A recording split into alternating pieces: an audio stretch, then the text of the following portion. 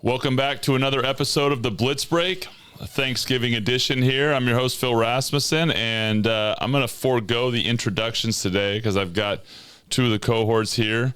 Behind-the-scenes master, Justin Ingolia, and our resident Texan here, Buzz Howard. So we are here for a Thanksgiving edition to kind of chop it up a little bit, chat for a few minutes, kind of catch us up on some holiday traditions, and put Buzz on the spot on several uncomfortable topics before we're out of here. So, but before we started, I think that the White Shoe podcast is correct. What do you guys? I'd like to think I'm a fashion influencer on the white shoes front, except I would not call your shoes white. I would call them anything not white. They were white for a day. Off-white. So, big announcement. Yeah. Here, I am going to go shopping and buy some new shoes, and I'm going to bring them in so that on Fridays, that's what you do, right? You change your shoe on Friday. I have white shoes. I leave here so that I don't wreck them in my car or walking around. You say, so I'm going to do that. I'm going to get some white shoes.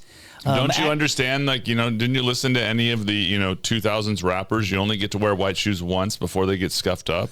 So you can only wear them outside. Actually, I was thinking about some white go-go boots. I can't. No, I'm going to go shopping. I'm going to go shopping. On that note, Black happy Friday. Thanksgiving to everyone out there. Yes. Happy Thanksgiving to our audience. Thanks for tuning in. Honestly, fellas, what do you guys have going on for Thanksgiving? Oh, gosh. Not a lot. Thank God we went on a cruise about 2 weeks ago with Tammy's family. So we're free on Thanksgiving. It'll just be us and our boys, just hanging out, having dinner, watching some football. What about you guys? Who does the cooking though? Tammy does the cooking. Yeah. I really into a Costco already done, just deliver it and then put it on the table. Yeah, actually, I like that. Whole Foods does a good one like that too. Whole Foods. Yeah. Yeah. I just do the eating. That's do what the I'm here eating, for, the eating. That's my role in the equation. Well, what are you guys doing? Now you got family? Yeah, so tonight, actually. You're doing something tonight. Yeah, after this, I got to go. No, tonight is my family, and then my wife is one of 6 kids. So ever since I started dating her like 450 years ago, we always forfeited my family, went to her family because it was way harder to move things around for her family because there's so many people. Like even when they don't try, there's 80 people in the house. So it's bonkers. So Thursday will be with my wife's family, and then tonight will be with my family because it's just me. I met your dad over at Mexican food restaurant. You did. Yeah, nice guy. He's an okay dude. He's good looking. What happened to you? I don't know. I look like my mom. Oh wow! Mom's gonna be watching this. That one's not gonna age well. Do we have his mom's email address? That's right. That's right. Not gonna age well. Yeah, we'll be swinging by my brother and sister-in-law's place and spending some time over there with my niece and having dinner there. My pops, we're still settling into some new traditions, kind of since my mom passed away a few years ago, and she used to host everything, so it was always kind of like her deal. And I got to give my sister-in-law credit, and my brother actually. They're trying to repeat the kind of mainstay dish that's been in our family, dumplings, which are like essentially the, for me that's. I could forego everything else and just eat those, and I would probably you like be happy. Dumplings? My mom's, I could have eaten. I usually would eat for about 2 weeks after Thanksgiving. It didn't matter. So yeah, those are my. What side dishes are kind of the go-tos for you guys? Well, I've never really liked dumplings. I don't know. It's the texture or something. You were talking about your wife's been cooking all day. Yeah, she did a controversial dish, green bean casserole. It's either a love or hate. Yeah, and I'm in between. I'm not so, but I will not. I'd much rather load my plate up with protein versus turkey and ham. Yeah, Are you guys a turkey household or a ham household? We're a turkey. I grew up in Texas, and I made this comment. I don't know if it's a California thing.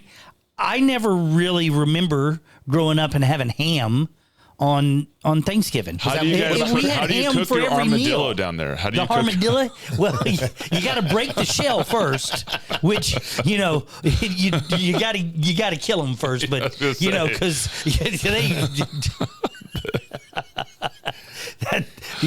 it's best if you get them on the side of the road after they've been killed. Yeah. But I'm a turkey guy. Yeah, ham, you have that for breakfast, every morning. Right. But turkey. What about you? But also turkey at Christmas, or does it transition to ham? I don't mind a good ham at Christmas. Yeah. Okay. Honey baked ham. Yes. The spiral cut ones. Oh yeah. With the like cinnamon nutmeg. Have you guys been to the honey baked ham stores though around they're bonkers. Holidays? It's like, serving number 700, it's horrible. Yeah. You're in lines all around the building. Yeah. And people never get kind of subjected militant. myself to that. What? You never subjected myself to that. Well, like I said, I show up for the eating. Yeah, well, Tammy likes to order it and then say, "Hey, could you pick it up on your way home?" Knowing that it's like buying tickets to the Rolling Stones or something, right? Because and people are militant in line. It's like you don't want to cut in line. You don't want to get you could get in a fist fight just over honey baked ham. Yeah, it's funny, the turkey or ham. It most of the time it's turkey on Thanksgiving, ham at Christmas. Yeah, I've been fighting for years because turkey is just, you had it once, you're good. It's not my thing. You don't make sandwiches for no, I don't like 2 weeks. See, it comes down to the gravy though. It's good, the gravy that goes with it. Because if you've got a good gravy to go with the turkey and the mashed potatoes, you need to cover up the flavor. No, then the entire meal is just wonderful gravy covered.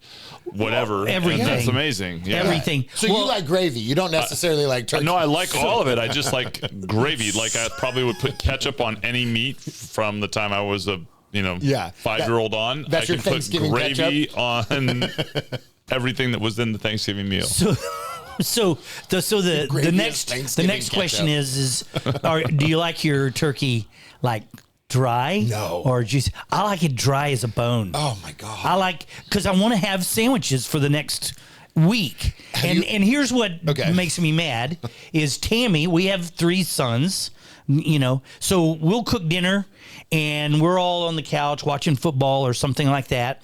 And they start to, okay, I'm going to take off. And I'm not paying attention. And she starts slicing up all the turkey and everything, giving it to them in little bags. As they walk off later that night, I'll go in and think, I'm going to have a sandwich. And there's no damn turkey left. This year, I'm going to kick them all out early and hide the turkey. Well, maybe not, but might sound like a great plan, but I doubt you're clever enough to hide it in a place that won't be found. Yeah. There's only a couple of places, It's like, where did I put that turkey? So we're doing things a little bit different this year because I've been complaining and trying to come up with additional a different plan. So we're doing tri-tip tonight. We're doing a small turkey, but we're doing tri-tip tonight. Barbecue tri-tip. So I'm pretty excited. Okay, I'm ambivalent right now. Yeah. I'll have to give that a little bit of thought. I mean, it's great. It's not Thanksgiving-y, but I mean, tri-tip, flank steak, good name sandwiches it, I'll on eat it. tri-tip. Yeah, now we're talking. See, at least you're gonna have something you enjoy. So I mean, my 10-year-old son and I could have steak every night of the year. So Yep. I wouldn't argue it. I'm same way. I'm a meat guy. It's like just about every way you can cook it.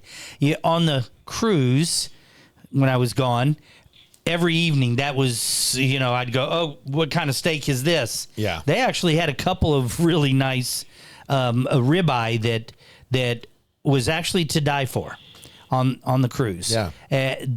I can't say that all the food was fantastic, but that ribeye was amazing. So this is going to take us in a totally random direction here, but as a Texan, might as well. Why not? What's the weirdest part of a cow that you've eaten?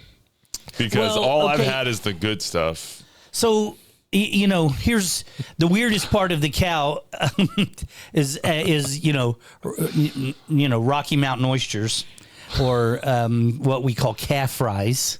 You know what that is? No, I don't know. I don't know, but I want to know. You to elaborate. What please. are calf fries? Okay, this is obviously for those with children. Please cover their ears. The testicles. I had a feeling you were going there, and I had a feeling you had them. So. Not my favorite, but it's how you cook it. But here's the one that's always my. You never heard of Rocky Mountain oysters? I could never even bring myself to put it within 24 inches of my lips to even consume. Well, here's the thing. You go to a really great steakhouse, go to Kansas City or something like that, and it'll be on the menu, Rocky Mountain oysters, without much, definition. And people, this is fantastic. What is this? And then they realize what it is. My mom made the best liver ever. You know what? Now, this isn't the first time I've heard you say that either. I cannot eat anyone else's liver. Well, that sounded weird. Right. That's all right, Hannibal. Okay, Jeff. Absolutely not the right way to say that, but okay. Jeffrey. There's a sound bite. I can't eat I have not been to a restaurant or anyone else's home where they cooked liver where I could stuff it down. I couldn't do it. My mom made the best liver, and same way you said your mom's, dumplings, and I don't know if it's mom, which is us boys, we love our moms, except you, saying. I just said I look like that's not going to age well. Under no circumstances will that age well. Maybe it is mom's cooking. What have you had a bad meat at all? From a steak meat? or no? I've never had a bad meat because I've only eaten all the premium stuff. But I figured you would probably have an answer that you in fact had, being from Texas. Didn't rehearse that, but you went Delicacy. Exactly where I thought you might go given the question. It's a delicacy. Do you know what sweetbread is? Sweetbread. Sweetbread. In the back of my mind, I'm saying, but what is it? Well, if you go to a really nice, higher end restaurant, especially French, they do something called a sweetbread. And sweetbread it's prepared wonderful, but it's brain. Okay. It is brains. Now, now you're invoking, what was it? What movie was it? Raiders of the Lost Ark, where the monkey head sitting there and they take the skull off and they're eating bread. I know. I'd pass out, I think. Thank you. So, audience, what's your favorite side dish?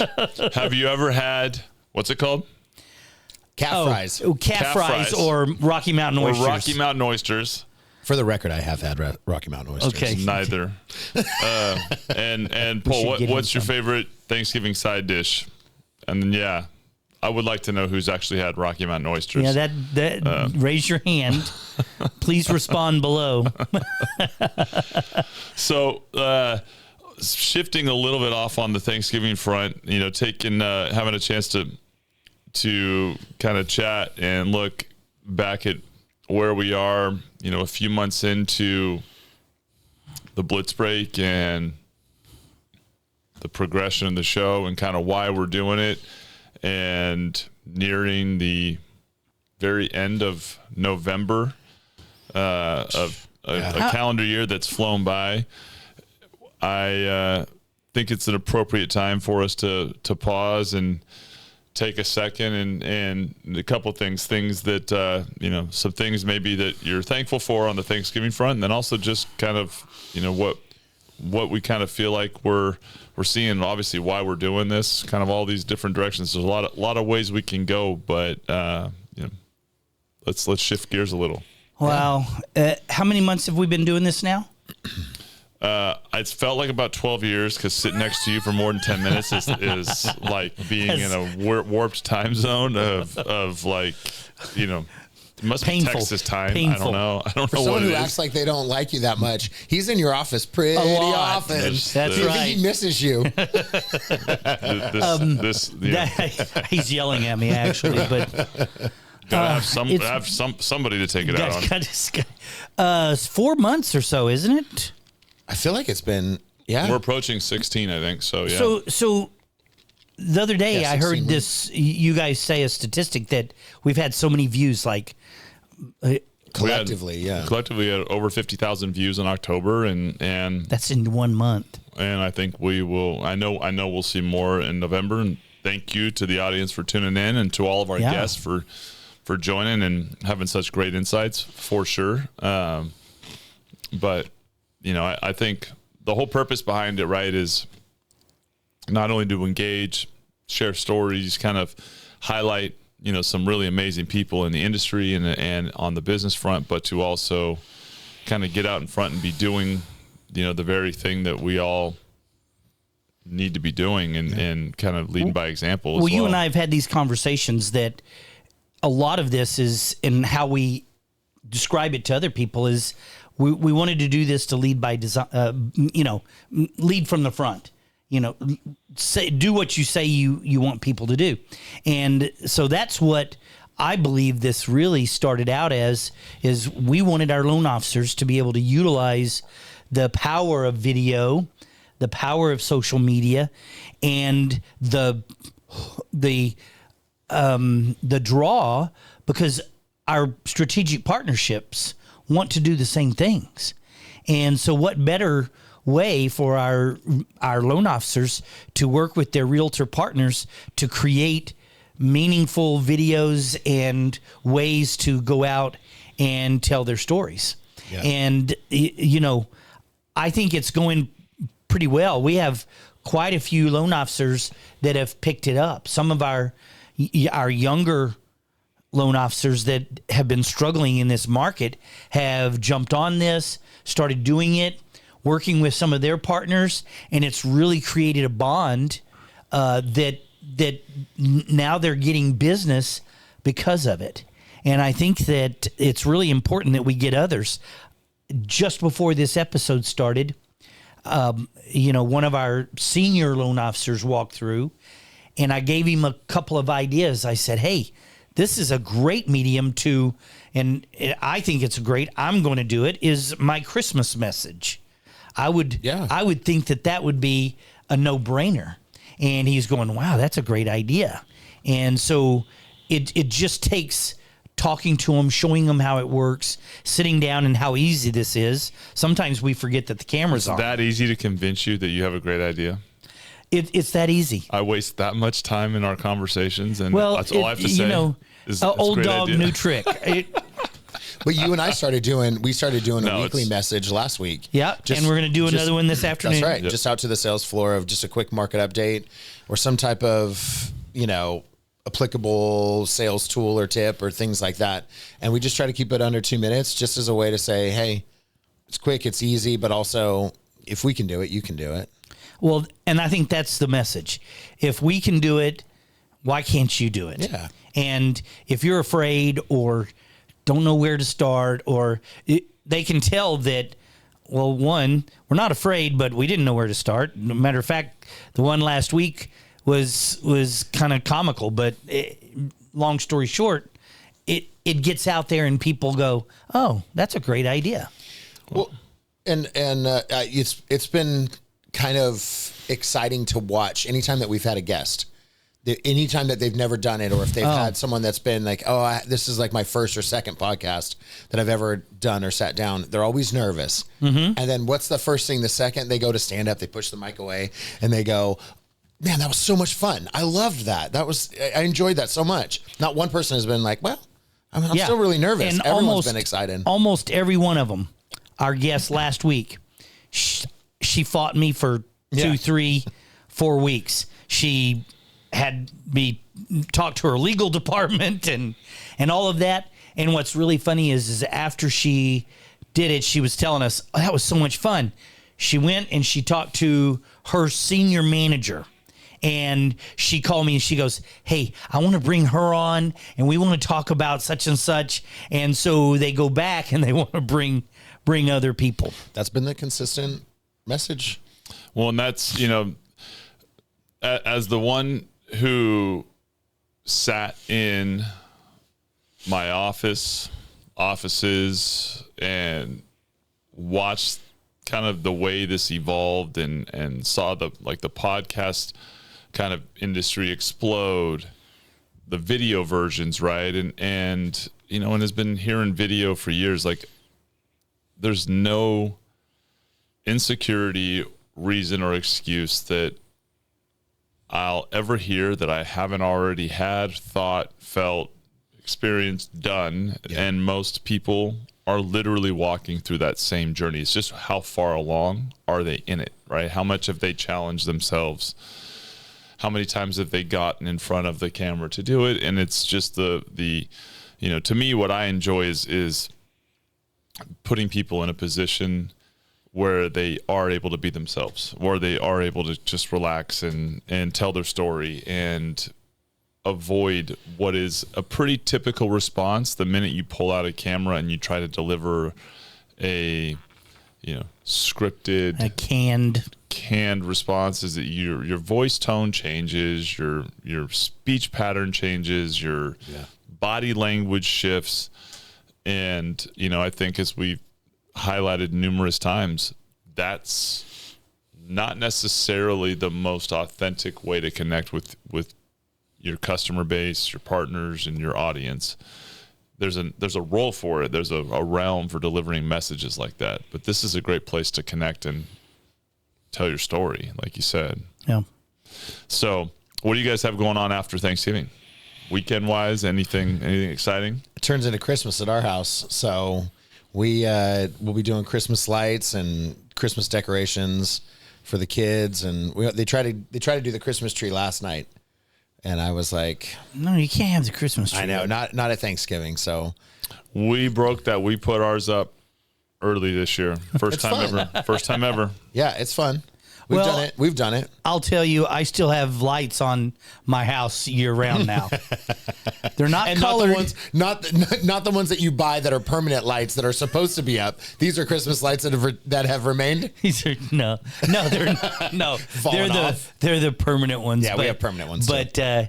I've thought about, because they're full size bulbs. I've thought about buying some colored bulbs and put intermittently around the house, but. We have the fun. They're called Govies, and they're the permanent lights, and they go on the eaves, and they project the light down. You can change all the colors. So like 4th of July, we do red, white, and blue. Anytime the Kings win, which is rare, we turn them all purple. I think we've done it 4 times this year. Forever. Purple's going to last forever. But at least this season. That's such a bummer too. I like all those guys. I'm a fan of all those guys, and they're Doug. Not a good setup right now. I think he's a fantastic guy. They're going to pull it out. They will. We're sorry. We're sorry. DeMar, Doug Christie. Yeah, well, it's a great team. Bobby Jackson, like the whole, it's like I'm sure they'll figure out. They but will. It's a bummer because they'll figure it out. I love seeing those guys in town. But Peja goes and gets his haircut where I get my haircut. I see him. Oh, often. do you? Yeah, it's funny when he walks in too. Does his wife come in with him? I don't know. Oh, never mind. Really. I don't know that story. Yeah. Now, okay, so I understand that his wife they go everywhere together. Oh, really? Yeah. Well, they're probably traveling to see their boy play because he's playing in college right now. Yeah. I'm heading to Fresno on Sunday to go watch a Fresno State game and kind of catch up with some of my former teammates, friends of mine. It's a lot of guys that played before me. A lot, more like actual names, guys that played. It'll be fun. So I'm looking forward to doing that with, I think my son's going to go. Whether or not anyone else, I've got a few tickets. We'll see if the crew goes, but that'll be fun. They're doing a game at the old arena, that Selland Arena, where I played at, and it's kind of a return to the nostalgia of when Jerry Tarkanian was there, because during his tenure, they got the Save Mart Center built, which is this beautiful, massive, arena that they've not been great. But now Vance Wahlberg, who was a high school coach and then a college coach and an NBA coach, is now the head coach of the program. And the assistant coach that recruited me to Fresno State, John Welch, is now back again at Fresno State as an assistant. Nice. After so you get to see all the old guys. Get to see a lot of the old guys, and kind of crazy because Coach Welch recruited me and then went off and coached for years with like the Denver Nuggets and a zillion other NBA teams, and then was with Calipari at Kentucky for years, and full circles back at Fresno State. So it'll be kind of fun to go see him again, and I'm a small part of that story in the biggest sense of the way as far as the guys, but had tons of connections and friends that will be always, for me, it's always a good time to go down there. So being able to go back to that arena that I think they just play hockey in now is kind collegiate of a fun sports trip. is just a different animal. I like collegiate sports more than I like the professional sports. You come from the part of the country where collegiate sports it was everything. Everything. Well, high school and then high school too. Collegiate and that last Saturday. Sports in general, though. I mean, really, sports in general, and like sports Texas in general is big, and like where are sports bigger, California or Texas? Oh, definitely Texas. Yeah, definitely Texas. Now, I'm not saying sports, maybe high school for sure. I'm not saying I'm not going to debate on the quality of the athlete. That's not. But from a community standpoint, and from just it's everything you do. All of my family, even. I have aunts and uncles that, are obviously older than I am. I'm going to be 65. And so my aunts and uncles are obviously older than I. They still all go to their college football games and basketball games. My aunts are like, one of my aunts, she's such a Baylor fan. I mean, you get stabbed at a family dinner if you say anything about bad about Baylor. And so it's sports in Texas is all encompassing. Literally Friday Night Lights. I've been to some sports here in California. Like I've been to a couple of really big high school football games that there's like, I don't know, 500 people at the game. Right. And I'm going, and I walk in, I'm going, are they really having a football game? Because I went to a smaller school and there'd be tens of thousands. Yeah. We played games in Texas, in Texas Stadium and places like that in high school for the playoffs. So it's like, it's, the whole community comes out. Yeah, the whole town comes out. I think high school sports is kind of hard to argue that. I would wonder a little about like maybe pro sports to a degree, like I think like Lakers fans and like like Dodgers fans, like the Los Angeles to like I think they're comparable there, but I don't think high school sports can even remotely and college, there's so many colleges around the Dallas, Texas, right? That it's just saturated. But that was always like a weird thing. Even pro football, Dallas Cowboys. Now, I don't know. There's a lot of adults that have never seen the Dallas Cowboys win a playoff game. I mean, it's been that long. Yes, it's been forever. Yeah, I'm serious. You're still talked about. There's like a lot of Super Bowl champions. You talk to a lot of 30-year-olds and they're going, Dallas. Yeah. But when you grow up in Texas, you don't have a choice. Yeah. It's seriously, you'd go to church and the preacher would be like, okay, we're going to have to wrap this up. There's a Dallas game. I think Houston, the Houston Texans, I think they have a church on campus. Well, they might. I think they so actually that people have like can, you can go to church and church then go to your game. And then go to the game. Yeah. I mean, the preacher from the podium. Yeah. It's like, we're praying for the Dallas Cowboys today. We're going to be wrapping it up here. Beat those Philadelphia Eagles. Yeah. I think my armchair expert opinion on maybe the California sports scene is I think California sports are spread out too. I don't think you have big lacrosse or swimming or, like I think there's a lot of other sports that spread California sports teams out, especially because of the weather and the consistency of being able to play. You can almost play any field sport year round here. Well, I had never, when I was growing up, I had never seen a soccer game. Yeah. I'd never seen lacrosse. Yeah. Didn't even know what that was. I'd never seen water polo. I mean, there's in a lot of the smaller schools, obviously, they didn't have any of the other sports. Yeah. That every school around here, I talked to people with young kids and they're going, yeah, my kid plays lacrosse. He's also on the water polo team and he does soccer. And I'm going, I don't know that I've ever actually been to a soccer game in my life. There's a lot of, I've never been to I went to one hockey game. Actually, it was a fight. And then hockey broke out. Hockey broke out, right. But in a lot of places, not just Texas, but in a lot of the Midwestern state, it's like, what is lacrosse? I don't never even. Well, there's just a million, and there's a million schools, and like you've got the core sports.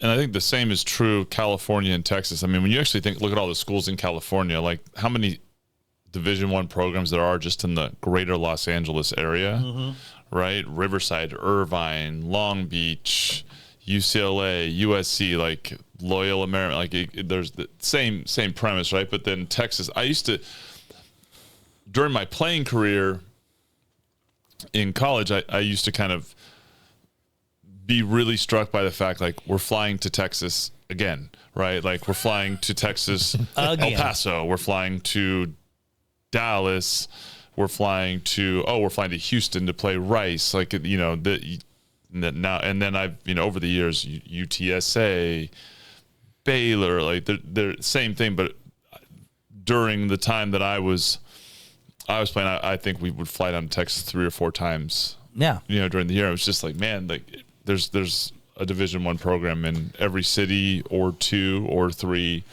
and they're almost all Division I. Like, and huge schools, and huge, and the sports programs. I mean, I think it's an interesting world. So the thing that I always said, my aunt and uncle and cousins moved down to Houston and parts of Texas when I was a kid, and I remember I used to hear all the time about the scorpions from my mom, like that there was like scorpions in like parts of where they live. Bugs, the real scorpions. Like scorpions that would get not into the the school house. mascot. Yeah. No, like scorpions and like stuff.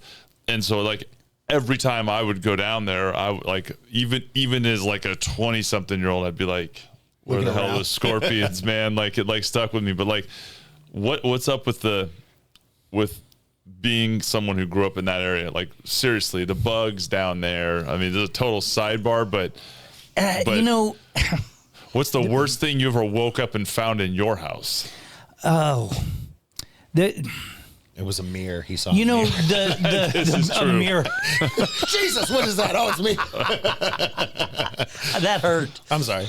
Am I bleeding? He tagged me right there. True. I don't know. I'm going to be able to get over that. It's not just Texas. That area, Texas, Louisiana, Mississippi. First of all, you get it's so, and all the way to Florida. There's so much humidity, and the bugs just grow bigger.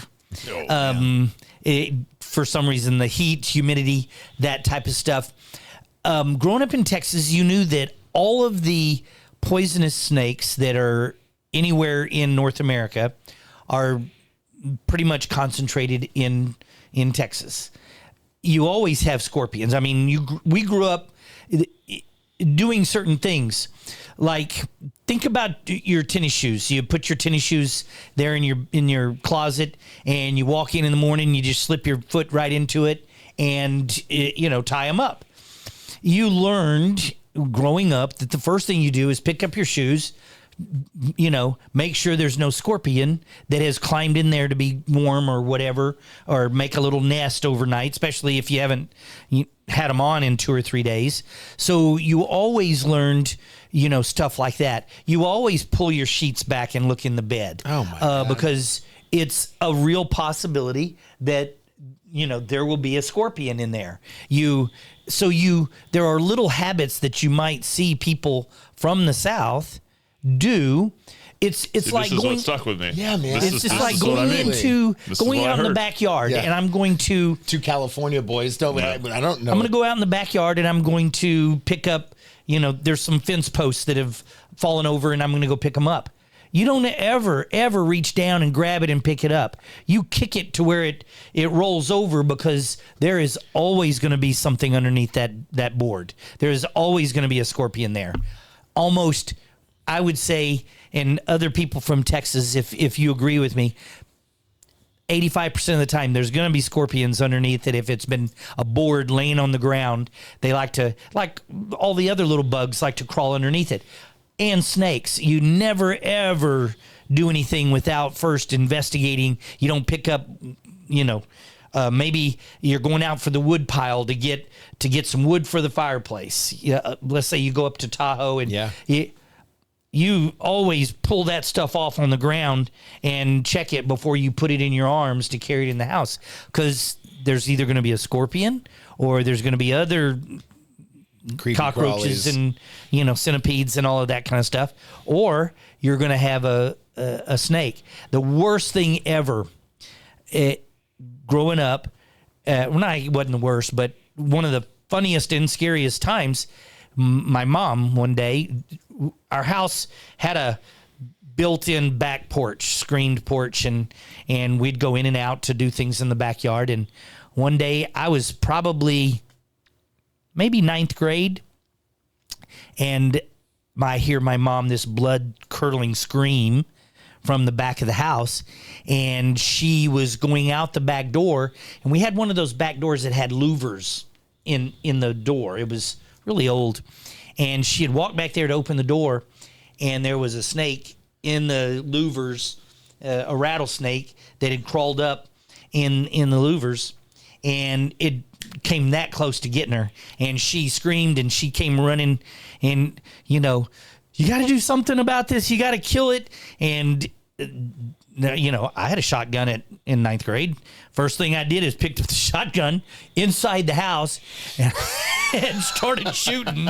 And, of course, that was the end of that door. We had to replace the door. Yeah, I guess. But I was going to say, I killed that snake. I'm pretty sure that is not what we would call wise in terms of property damage. Yeah. But well, I was in 9th grade, but we sure took care of that snake. Yeah. He and the door and the door. Yeah, we didn't need those louvers anyway. We're not gonna have a snake hiding out here anymore. But I'll never forget that the snake.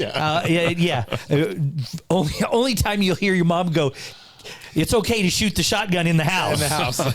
So, but that was, you just grew up that way. You knew that there were going to be snakes.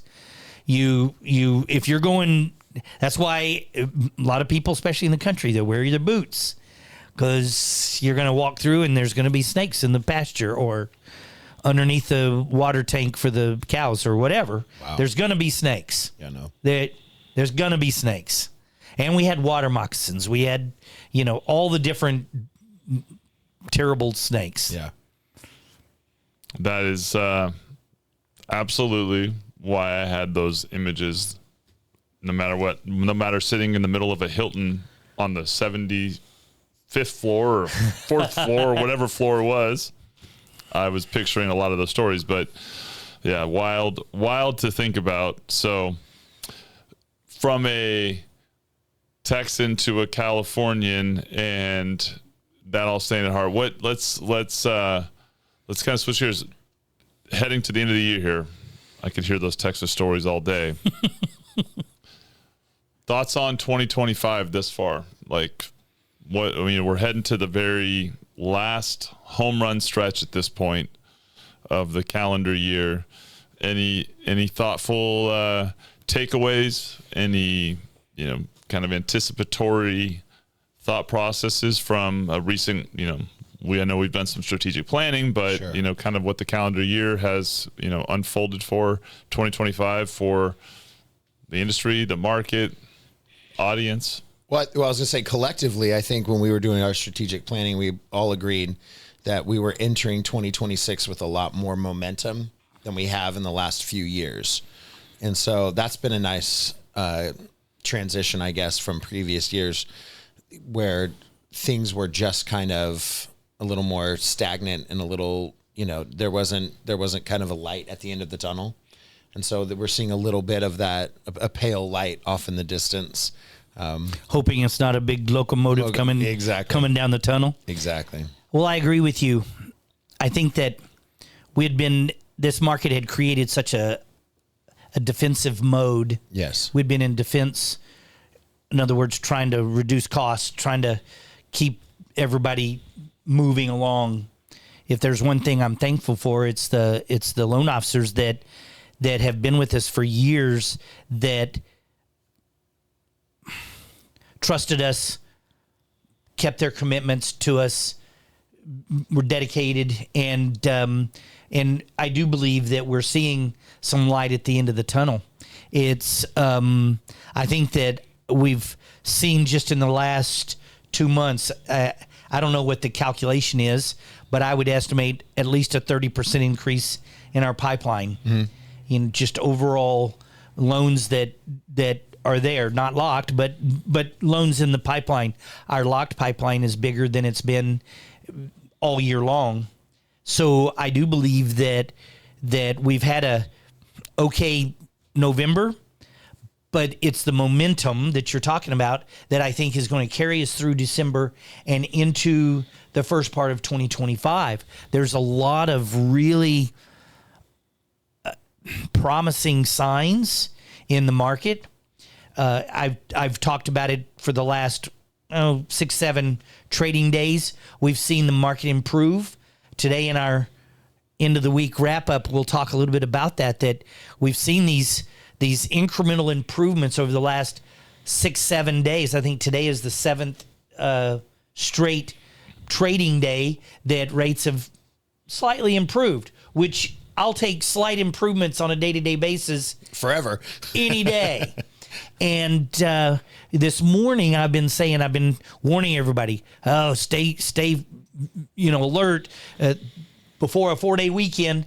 But the last time I checked, we're still okay. Yeah. Hasn't seen a fall off or anything else. So we've got a lot of recruiting momentum, some really neat people that I think are real good fits for Big Valley Mortgage, cultural fits that we're talking to and pursuing and getting close to. I believe that our loan officers that have been with us for a long time are starting their businesses picking up. And we've got some newer loan officers that have jumped in and all of a sudden are seeing success. We've got one lady, Michelle, who came to us brand new to us just a couple of months ago. And she'd been in the business a year somewhere else, hadn't closed a loan. And all of a sudden, she's closed a loan. She's got other loans going. She's excited. And so I think there's a lot of really nice momentum going into 2026. I don't predict that we're going to see some avalanche of business, but I do believe that there's a lot of pent-up demand.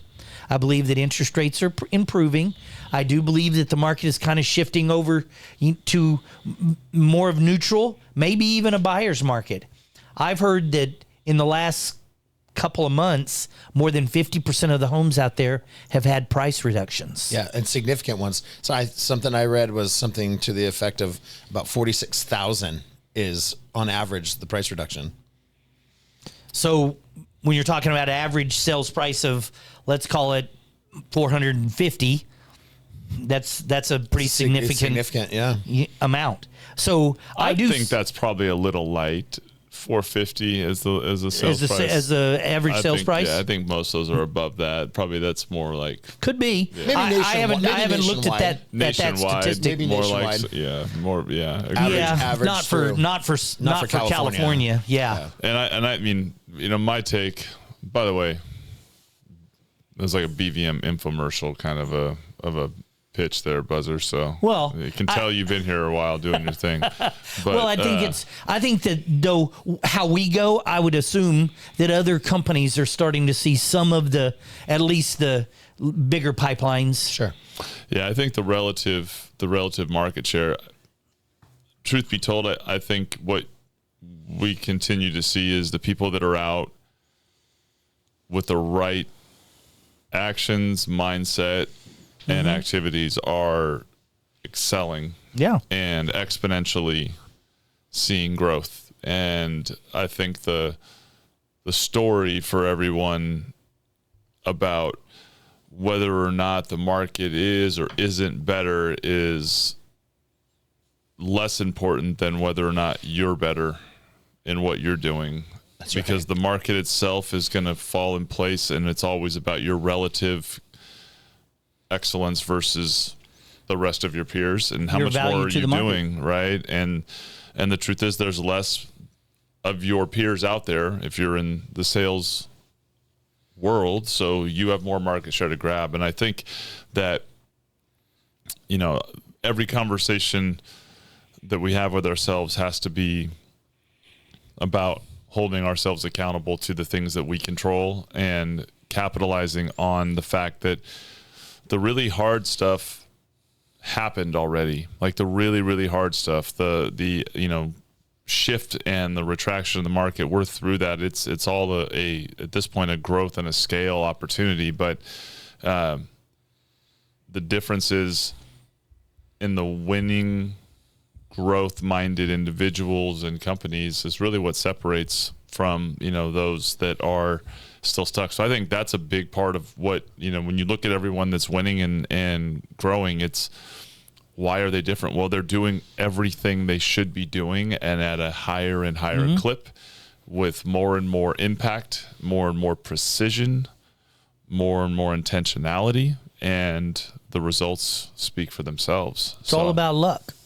The harder you work, the luckier you get. Yeah, Luck favors those that do what they're supposed to do and are where they're supposed to be at the right time to get lucky. I think I was gonna say, I think the saying is luck favors the prepared. Yeah. There's a lot of sayings around luck, 'cause you can't get lucky if you're not where you're supposed to be when you're supposed to be to actually get lucky. Yep. So there's so many really cool philosophies around that, you know, using that the luck part, because when you say that, everybody goes, wait a minute, it doesn't have anything to do with luck. It's the perception. Yeah. You know, there's a really cool guy that I listen to that does kind of motivational things, and he talks about 10,000 hours. And he keeps coming back to 10,000 hours, and that to really get good at your craft, whether you're a runner or any kind of athlete, whatever it is, 10,000 hours is what it takes to really. And then he starts talking about other people don't see the 10,000 hours. All they see is the athlete crossing the finish line or standing on the podium getting the award, and they go, wow, that guy's really lucky. But they don't see the 10,000 hours, all the preparation. We had I actually went and to a program with an Olympic athlete, gold medal gymnast, and he talked about his journey, and I can't remember how many hours or how many years, I'm sorry, but he talked about from the time he was a young kid to the time he was in the Olympics, he worked out every day. Christmas, New Year's, his birthday, Thanksgiving, worked out 8 hours a day for X amount of years. And that's kind of what he said. He said, people don't see, and I'm going to equate it to this other statement, people don't see the 10,000 hours. Yeah. All they see is the last picture. And, you know, that's what made him lucky, is all those days. Yeah. Well, that's just there's a ton of quotes, a ton of athletes that talk about it, but yep.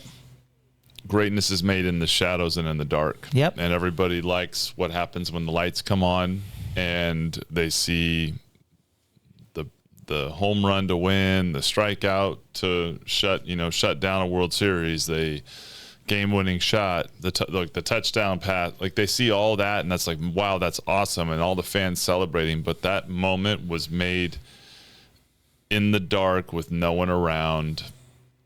10,000 hours in, 10,000 reps, all those things, and well, I could life say is that all the way through all about that, and that's the hardest part, right? People, it's like you hear consistency, discipline, mindset work. Those things aren't said because they're just fun to say. They're said because they're the truth about how you become successful in anything. Well, it's funny because with it being the truth, they almost become buzzwords because that's what it takes. It takes the discipline. It takes the sacrifice. And then everyone just goes, yeah, it takes discipline and sacrifice. But it's like, that's your formula. That's the correct formula. Yeah. That's why it feels But it's not fun. Cliche. It's not easy. That's right. And frankly, that's the reminder. I this is my favorite thing that I always try to remind my kids. And if it was easy, everyone would do it. And therefore, it wouldn't be important or valuable to you. Nothing that's really worth having comes easy because everyone can have it, which makes it not valuable, right? It's valuable because it's rare, and it's rare because not everyone will do it. And so the fact that it's hard should excite you because it's an opportunity for you to separate. Well, we could say this about some of our people. It's the people like Brent or Rodney or any of our loan officers, Jim, who they're here and work every day, all day long. They're not taking 20 vacations. They're working, and they're doing what has to be done every day with their database, with their loans, with the way that they treat their clients. And it's like if you called Rodney right now and said, "Hey, dude, you want to go? We're gonna go bowling this afternoon. I'll buy you a couple of beers. Let's go have some fun." No way, you wouldn't do it. And it didn't have to be bowling. That's because he doesn't want to go bowling with you, Buzz. But like, let's. If I said, "Hey, we've got a whole bunch of cute girls, we're gonna go," it wouldn't matter. And the same way with Brent. You can't hardly get Brent to even go on a President's Club trip to reward him for the year. He says, "No way. I've got these things I've got to do. The things that." Priorities. And that's the people who are successful make sacrifices. That's the ones that, again, and everybody says, well, he's lucky, he's got a lot of business.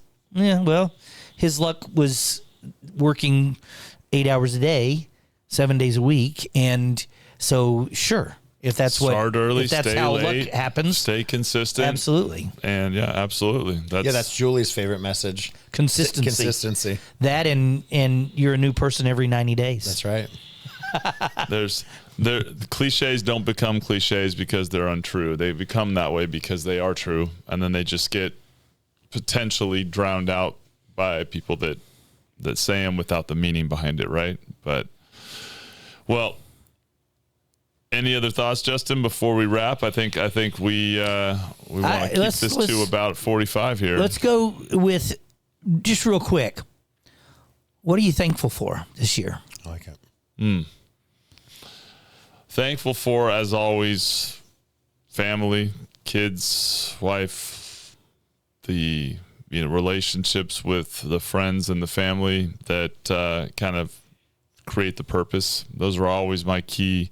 Why I'm thankful for the opportunity that I get day in and day out to affect people's lives, to create a team and an environment which I thoroughly enjoy, and I'm thankful to be able to work with you guys. I am thankful for people who believe and support in me, and all in all, probably most thankful at the end of the day for being a father. Like, it's probably my single greatest joy in life is watching my kids, and I got them home on Christmas break or whatever it is right now, whatever holiday break, Thanksgiving, spring, whatever it is, whatever the fall. winter break, whatever they call it around this time, and get to see the three of them hanging out, like being siblings, and it's like there's probably nothing cooler in life than seeing my 3 kids all hanging out from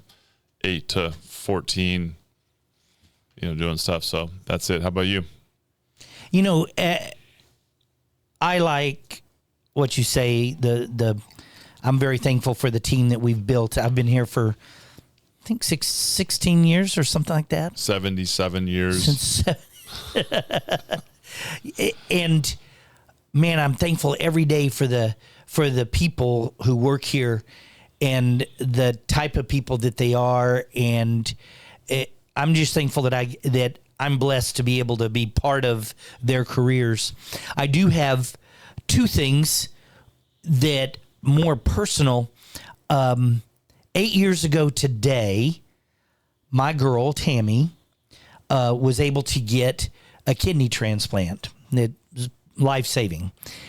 And she had struggled with kidney failure and dialysis. And we were blessed to get a donor. Her cousin actually wound up just all of a sudden calling her and wanted to donate her kidney.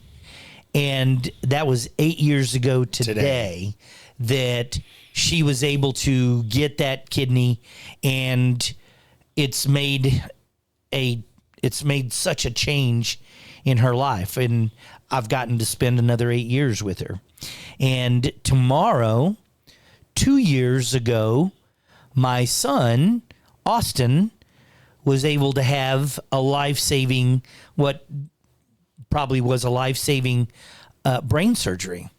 And it's been a crazy 2 years recovery, because brain surgery, you still wind up with seizures and other issues and medications anytime you take part of your skull out and they dig around in your brain. But so I'm thankful every day that I get to spend that time with Tammy and, our kids. I'd rather anything happen in the world other than my son be sick or have health problems. And so I'm on Thanksgiving time, it reminds me, because their surgeries were right around Thanksgiving. And so I'm truly, truly thankful for their lives and their health and my ability to spend more time with them. It's the one thing we can't replace, man. Time. Yeah. That's true wealth, is time. Yep. That's right. Most valuable commodity. It's time. I'm going to echo what you guys both said, and family is always number one priority, and being around my children, being a father has probably been one of the biggest growth opportunities in my life, and being able to be with them, see them, become a better version of myself for them and with them, help them grow and learn, has been one of the greatest joys of my life. And so I'm absolutely grateful. We actually have some friends, and they have a significant amount of kids, but all their kids are grown. And it was funny because she had posted on Instagram, it was nice to have a loud house again. And it's funny because I'm in the throes of a loud house day in and day out, but it did give me some pause to look and think, yeah, it's not going to always be loud. There's going to come a point in time where that house is going to get a lot more quiet. And when it's quiet, I'm going to probably miss those loud screaming, running up and down the halls and laughing and playing. That's so, my kids are on, winter break, just like your kids.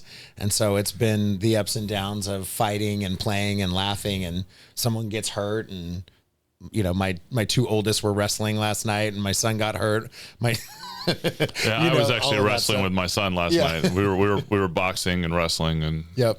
yeah. And the minute that it's quiet, you'll miss it. The minute that they're gone, as soon as it's quiet, I'm like, it's not the same. Speaking I prefer that of the noise, I heard something one time, and I totally agree with it, that 2 of the best sounds from a neighborhood standpoint, living somewhere, 2 of the best sounds is living next to a playground or next to a swimming pool. like a public pool. Yeah. Because It's just fun. all you hear are kids laughing and running and screaming and splashing. And I at one point I lived near a swimming pool, and I think back and think, wow, what great sound that is. Just even the diving board, ding, ding, ding, splash, and kids screaming. And so absolutely, family it's everything. Absolutely. Being able to positively impact people's lives too, any way, shape or form, professionally, personally, that is one of the greatest joys I think all three of us share. And we try to do that as often as we can. And I'm grateful for the opportunity to do that as well. It's been a good year. It has been a good year. It's been a year of growth and learning and changing, adapting still, but adopting that kind of growth mindset. I think we've all done that. And I think we've lived in how to play offense versus defense. And it's been a lot more fun. It's been a lot more rewarding. And again, being rewarded with momentum has been fantastic and enjoyable. So I'm really looking forward to 2026 and continuing the growth mindset and intentionality in all that we do. Yep. I think it's been absolutely huge. So I'm looking forward to it. I really am. I think 2026 is gonna reshape a lot of not only us but the industry as well. Perfect. Last thing, last comment, I'll just take us out of say, here. last comment. Usually I talk about the market, but next Thursday, Yes. December 4th, we have the Big Valley Mortgage Santa Sip and Shop. And I would love to see anybody and everybody come and get a picture with Santa Claus. We have cookie decoration station for kids. I think we're even going to have a Build-A-Bear vendor here. So it's going to be a great time to come and take pictures. Bring your dog if you don't have kids, but come and participate and have a little bit of Christmas cheer to get the holidays started, or get the Christmas holidays started. Absolutely. So got the promo. I think you got that covered for the week. Well, thanks for tuning in for another episode of the Blitz Break. This is a little kind of insider look into those of us that you see on a weekly basis. Apologies for the whole insight into the inner makings of Rocky Mountain oysters and a whole bunch of insights that I'm not going to ever look at the phrase oyster the same again. But thank you for tuning in. Happy Thanksgiving to everyone out there. Happy Thanksgiving. And we'll see you next week. Looking forward to our guest next week. So take care. We'll see you after the holiday.